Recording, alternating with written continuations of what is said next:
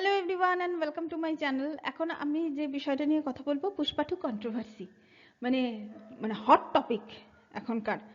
তো Pushpa two controversy যে জিনিসটা হচ্ছে, যেভাবে হচ্ছে চতুর্দিকে, মানে যেভাবে গ্রুপে গ্রুপে, মানে সবাই সমস্ত ইউটিউবাররা এই ধরনের মানে এইটা নিয়ে কথা বলছে, মানে আমি তো মানে অবাক হয়ে যাচ্ছি যে আরে ঘুরতে ফিরতে এই কথাটা, ঘুরতে ফিরতে এই কথাটা, মানে এটা যে এরকম হয়ে যাবে আমি তো নিজেও জানি না। এনিওয়ে, পুষ্পা টু নিয়ে কিন্তু অনেক কন্ট্রোভার্সি হয়েছে। সেটা হচ্ছে পুষ্পা টু এর এই পোস্টারটা, যে পোস্টারটা আপনারা স্ক্রিনে দেখতে পাচ্ছেন, সেটা নিয়ে কন্ট্রোভার্সি হয়েছে কপি কপি বলে। আবার পুষ্পা টু এর ডায়লগ নিয়ে কন্ট্রোভার্সি হয়েছে কপি কপি বলে। যাই হোক, সেটার উত্তর আমার দেওয়া হয়ে গেছে। তো পুরোনো কাসুন্দি ঘেটে লাভ নেই, যেটা ছেড়ে দিয়েছি ছেড়ে দিয়েছি, ওটা বাদ। এরপর যেটা নিয়ে আরেকটা নিয়ে আমার বলার আছে, যে কেউ কেউ এটা আমি শুনছি যে কেউ কেউ বলছে নাকি যে আল্লু অর্জুনের হাসি নিয়ে নাকি প্রচুর মিমস টিমস এসব নাকি বলা হচ্ছে, যে ব্যঙ্গ করা হচ্ছে তাকে, মানে পাতি কথায় তার ফিজিক্যাল অ্যাপিয়ারেন্স নিয়ে ব্যঙ্গ করা হচ্ছে। তো এনিওয়ে, তো প্রথম কথা তো এই যে ফিজিক্যাল অ্যাপিয়ারেন্স নিয়ে ব্যঙ্গ করা, সে যেই করুক না কেন, সে পরিবারের লোক করুক, বাইরের লোক করুক, প্রেস মিডিয়া ইউটিউবার যেই করুক না কেন, আমি এটা তীব্র প্রতিবাদ করছি। কারণ কারো ফিজিক্যাল অ্যাপিয়ারেন্স নিয়ে কথা বলা যায় না, ওইভাবে বলা উচিত না।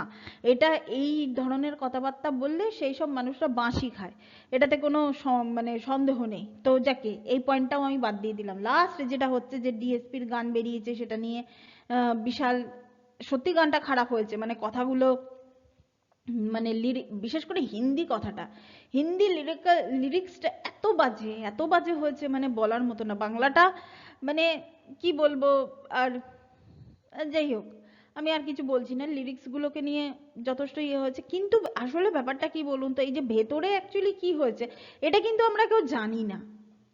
আমরা ভেতরে ব্যাপারটা কিন্তু আমরা জানি না।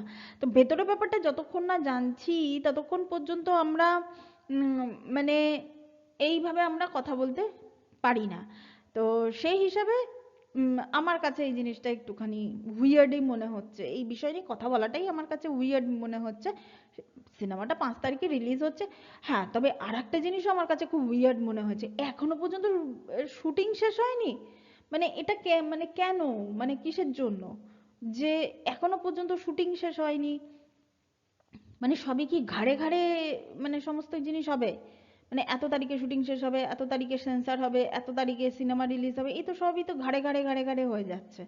ব্যাপারটা মানে কেমন একটা লাগছে। আচ্ছা, কোন সিনেমার জন্য যেন এই জিনিসটা বলা হয়েছিল পরিচালককে, যে আপনি কি মশাই সবকিছু ঘাড়ে ঘাড়ে দেবেন, মানুষকে কি একটু নিঃশ্বাস নেওয়ার সময়টা দেবেন না?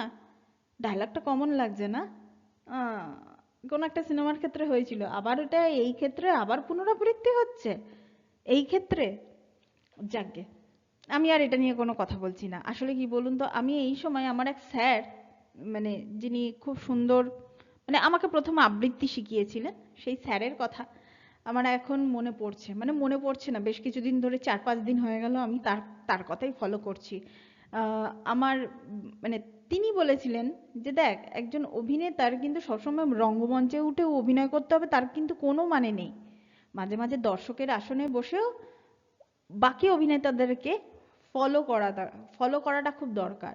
যে আজকে তুই যখন স্টেজে উঠে যখন অভিনয় করছিস তোর পাশের একজন লোকের সঙ্গে, তখনও তুই দেখবি সে বেসিক্যালি তোর সঙ্গে সে অভিনয়ই করছে, রিয়ালিটি সেখানে থাকে না। তুই যখনই দর্শক আসনে বসবি, তখন তুই রিয়ালিটি গুলো পুরো তোর চোখের সামনে দেখতে পাবি। তো সেই হিসাবে আমি এখন তো দর্শকের আসনে বসে আছি, আমি কোথাও কোনো বিষয় নিয়ে, কোনো গ্রুপ, কোনো কিছুর মধ্যে আমি নেই।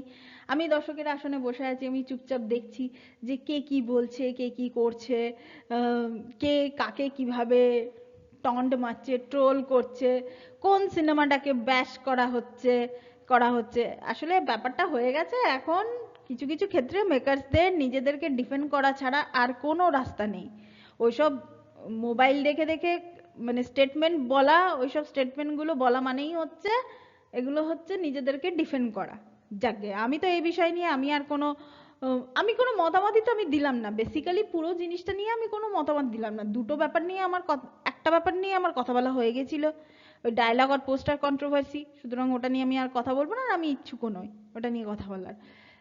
তো এরপর আল্লু অর্জুনকে নিয়ে যেটা বলা হচ্ছে সেটার প্রতিবাদ করে পেলাম, আমার টাস্ক কমপ্লিট।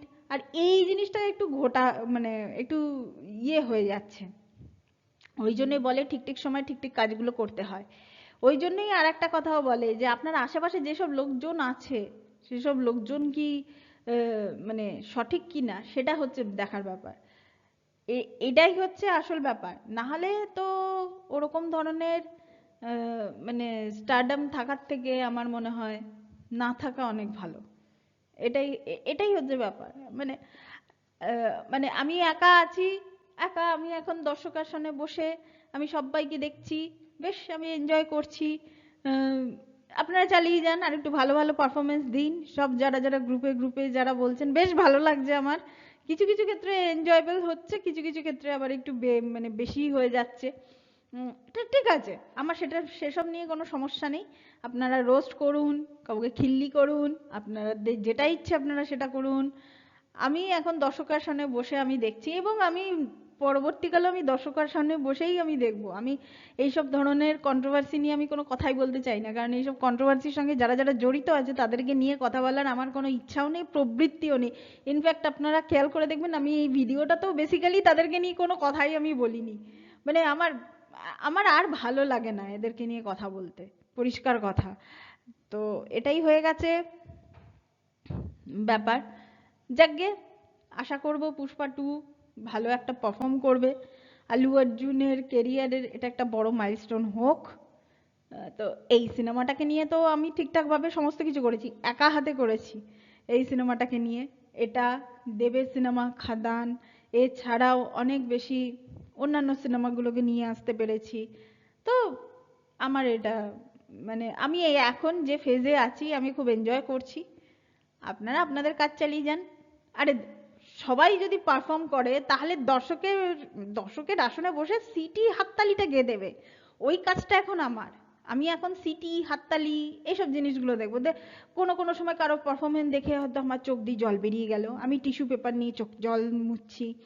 আবার আচ্ছা, বাই দ্য ওয়ে, আপনাদের পপকর্ন আর কোল্ড ড্রিঙ্কসের ব্যবস্থাটা আপনারা করে রেখেছেন তো? আপনারা যে স্টেজে যারা যারা পারফরমেন্স দিচ্ছেন, মানে আপনারা তো অনেকক্ষণ ধরে পারফরমেন্স দিচ্ছেন, সব এক একটা ভিডিও তো দেখছি 1 ঘন্টার ওপর। তো পপকর্ন কোল্ড ড্রিঙ্কস এগুলোর তো ব্যবস্থা করেছেন তো? আশা করি করেছেন, তবেই কিন্তু আমি ডেইলি বেসিসে দেখবো, নাহলে কিন্তু এইসব দেখবো না।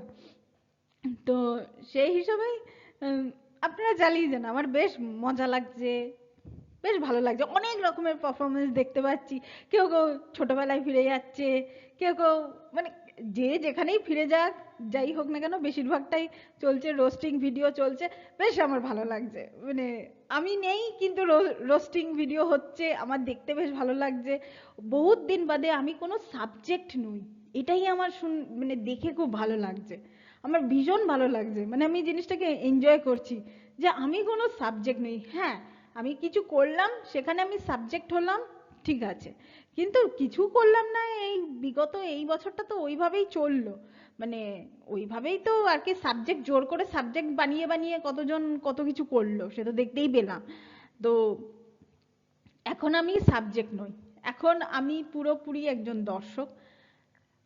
মানে ভালো হলে ভালো বলবো, খারাপ হলে কিন্তু খারাপ বলবো, এটাতে কিন্তু কোনো সন্দেহ নেই।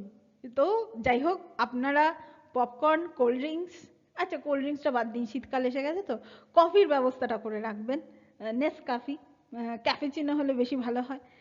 তো সেটা করে করে রাখলে আমার খুব সুবিধা হয়।